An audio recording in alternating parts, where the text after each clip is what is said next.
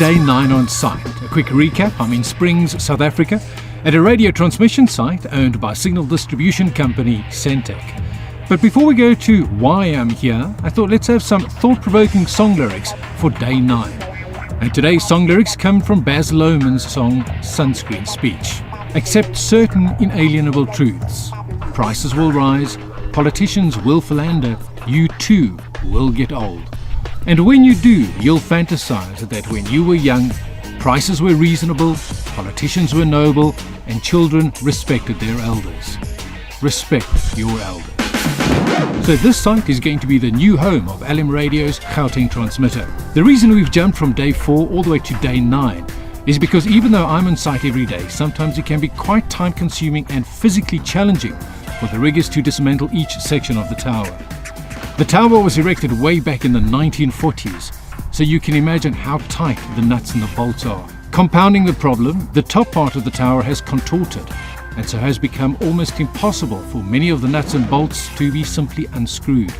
The bolt heads have to be broken off, and a special high-torque spanner has to be used, and in some cases they even have to be sawn off. The reason I'm telling you all of this, there seems to be little point in making a video where in the video all I do is I tell you, hey, one section of the tower came down today, and there's still 20 more. So, in today's video, I was either going to tell you about the site's history that goes back to the 1940s, or about yesterday's activities on site.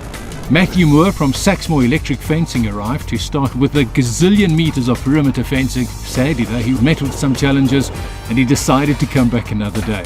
The other minor problem that we're facing is the method that we've been using to dismantle this tower has become ineffective, and a new method has to be used. But I'm not going to cover any of that today.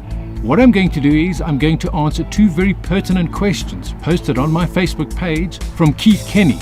The questions that he asked were: what happens if the soil is not suitable to support the new tower? And will the new tower, which in theory should be 8 meters longer than this existing 98 meter tower, provide a greater broadcast area as currently shown? He's obviously referring to the signal footprint map, which is a prediction of LM Radio's new 702 kHz medium wave signal. To answer Keith's first question, you might remember on day 4, Rachel Gavin and Kevin Chubach from Verdicon were on site doing soil analysis. Rachel did mention that the soil as it is now might not be of the right consistency and makeup. That doesn't necessarily mean that this site is inappropriate. It simply means that additional groundwork might need to be done to support the tower and the guy wire foundations. Hey, if they can build skyscrapers in Dubai's oceans, I'm quite sure we can get a new tower to stand proudly vertical. Keith's second question was, will the new tower, which in theory should be 8 meters longer than the existing 98 meter tower, provide a greater broadcast area as currently shown? Okay, so let's have a quick lesson on antenna basics. Almost all antennas follow the dipole design principle as shown here. When you look at LM Radio's new tower, it might seem like there is only one mast standing vertically. But what you don't see, buried under the soil, is the second portion of the antenna in the form of 120 steel or copper radials radiating from the base of the mast in a 360-degree pattern. Each of these radials will be the same length as the tower. The vertical radiator that you see should be about 106 meters. To make this discussion even more complicated, the new tower isn't going to be just over 106 meters tall, but 126 meters.